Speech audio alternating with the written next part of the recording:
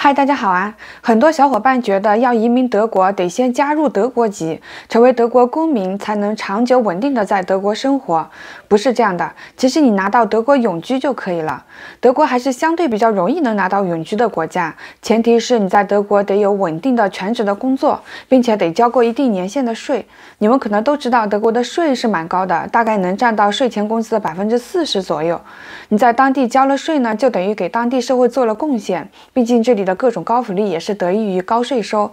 在德国的永居是没有期限的，它一直有效。不过因为中国的护照是10年一换，所以德国的永居也要根据你护照的有限期，每10年更换一次。持有德国永居，每年在德国生活的时间必须达到半年以上。如果你在其他国家生活长于半年，那你的永居就自动失效了。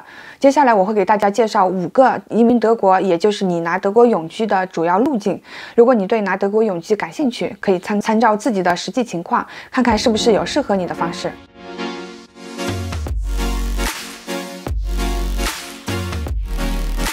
我最推荐的，也是我视频里介绍的最多的，也是我自己来到德国的路径，就是留学。德国留学从2019年开始，凭高考成绩就可以申请德国大学。当然，你的高考成绩需要达到总成绩的70%。具体情况可以参考我凭高考成绩就能申请德国大学那期视频。德国留学是没有年龄限制的，不过肯定是年轻的时候学习力更强，整个人心气儿也高，更想达到一定的成果。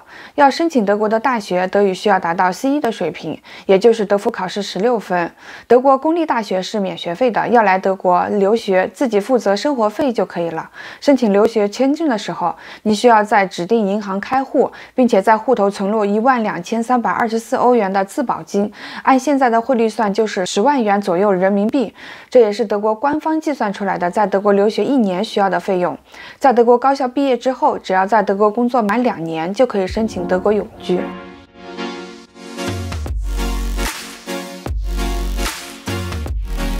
第二推荐的呢是双元制签证。关于双元制，我也出过一期视频，德国双元制，在那期视频你们可以看到更详细的信息。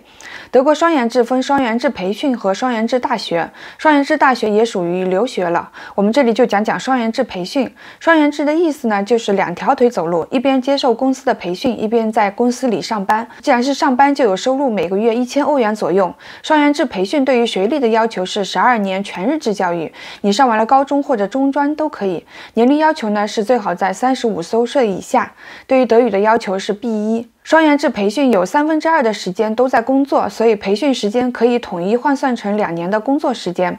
培训结束后，只要继续在德国工作2年，就可以申请德国永居。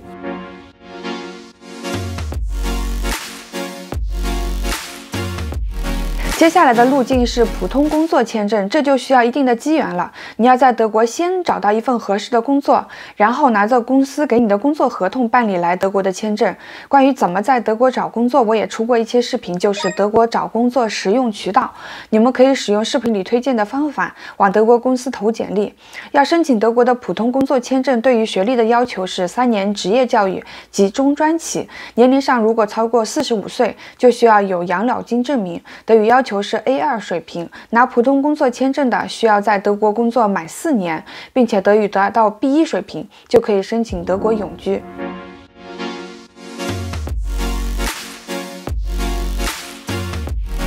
德国还有一类技术移民，就是欧盟蓝卡，属于专业人才引进，它对学历的要求就比较高，得至少是全日制本科毕业，最好是某些领域的专家。至于哪些行业在德国是比较缺人的，我在德国技术移民有官网这期视频里有介绍。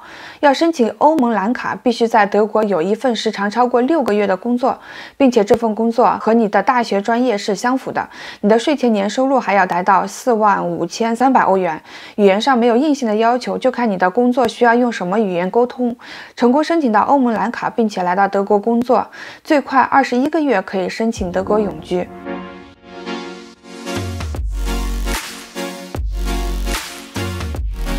最后后一个路径就是法人签证，即在德国开办公司。要申请德国法人签证，需要申请人是大专或以上学历，年龄超过45岁的要购买足够的养老金，语言上没有硬性要求。具体怎么申请法人签证，我呢没有经验，只能结合德国大使馆发布的在德国开设私营企业的签证申请须知，给大家大概讲一讲。申请材料要有企业成立合同公证书、公司章程、近期商业登记册摘录、企业总经理聘用合同、企业股东名单和商业计划书。